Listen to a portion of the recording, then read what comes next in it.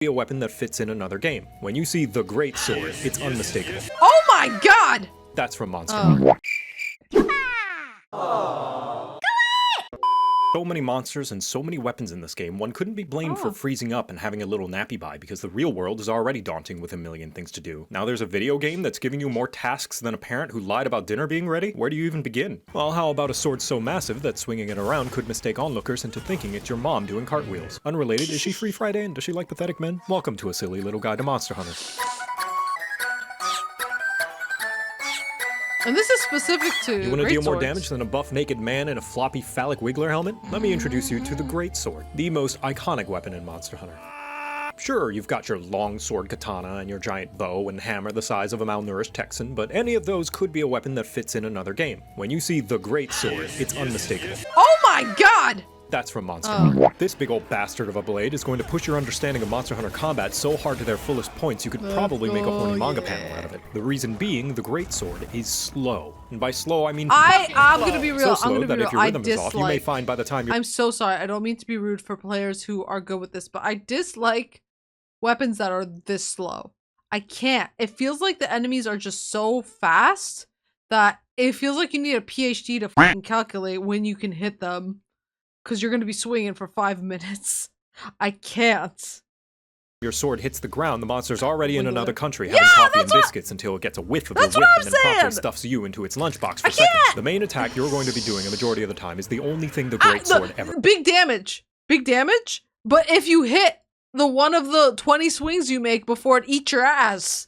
Gotta go fast. Yeah, I want to be Sonic. Insect Glaive. I swear, so many people like Insect Glaive. And, you know, I'm just okay with anything that doesn't take me 5 minutes to swing. Breathe in.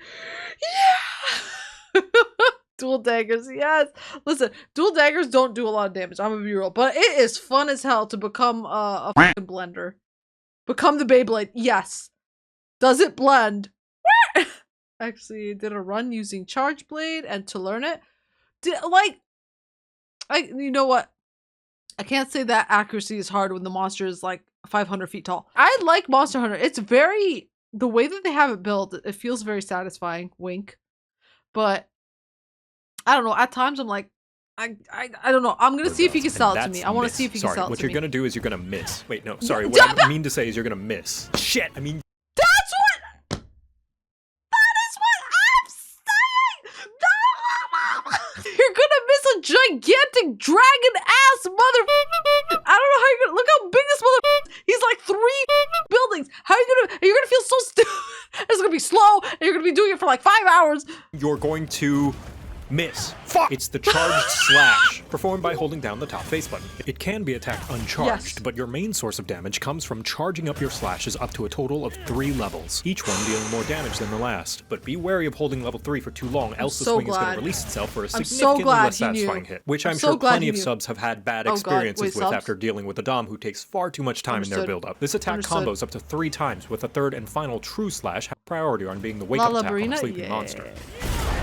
She's a really pretty— You are not entirely at the whims of your massive slab of metal, because the greatsword is kinda like a typical goth in that it's fairly flexible once you get to know what their preferences are. During your swing, you can tap the right face button to shoulder bash out of your charge and immediately move on to the next swing in your combo, giving you hyper armor and just eating the incoming damage without flinching. Kinda like if that goth you're dating suddenly suggests some weird kinky stuff and you don't know if you're ready for it but decide to push through it anyways. It's super useful if you see a roar or attack coming through but are already partway through a swing and are high on copium. But in the rare case that you do time it right, the sheer amount of raw aura you'll be farming will trick people into thinking the rest of your show is good. That's it also a deals a little bit of exhaust damage, which means I was gonna say anime.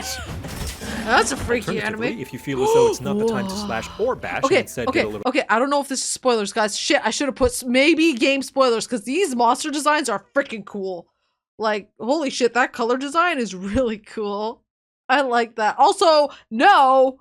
My brain is already soup. When I play a game, I wish to go further in. I wish to become soup further. I don't want to play a game to be like, oh man, I gotta do some chemical engineering when I'm doing— No, I'm not. Yes, I want to go, ooh, Monster Pretty. I don't want to have to be like, I need to learn the exact pixel perfect time when he's gonna swing his claw at me. No.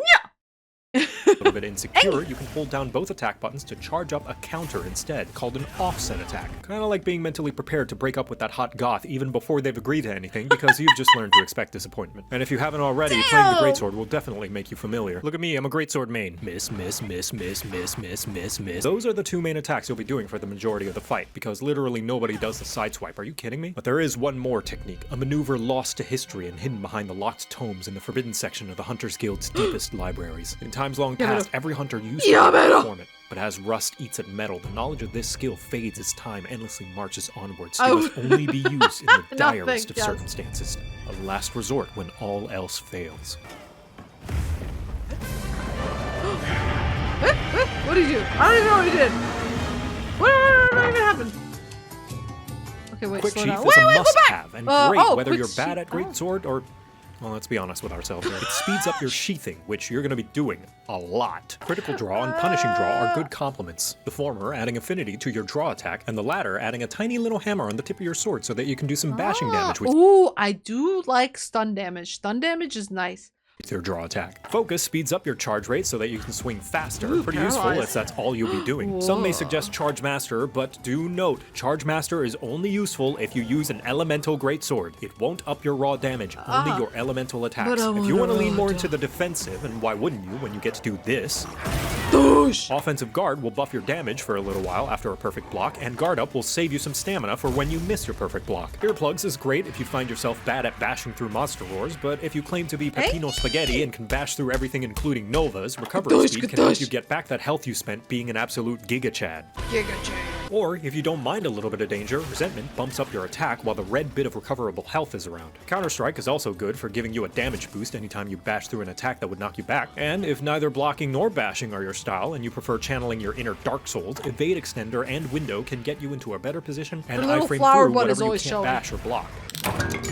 In order to learn the Great Sword, you're going to have an extremely strong understanding of timing, spacing, wind-ups, and tells for every monster's attack in order to wield it properly. Every weapon is going to need you to get good, but most of the other weapons are going to require you to learn some specific skill and maneuver unique to their respective moveset. To be good at the Great Sword, on the other hand, is to be in tune with the monster, due to its immense slowness. Oh, the neck, the jugular. You must know when to sheath, when to dodge, when to item, and when to prance. But should you take the painstaking time and misses, good lord, so many misses, in order to master the Great Sword, others will look at you with the same jealousy they'd get when you finally bag that hot goth. Especially once they see how massive your damage numbers are. No, I don't care, no. But just how massive are they? I don't have a point to compare to, I'll be real. I haven't played enough.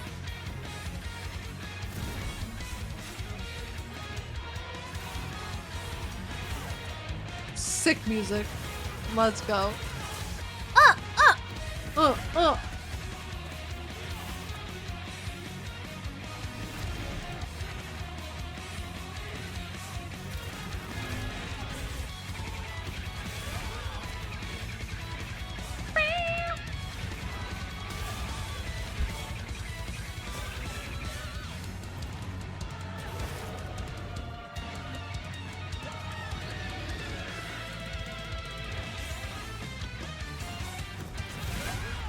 And now you know how to play the Greatsword. Have fun.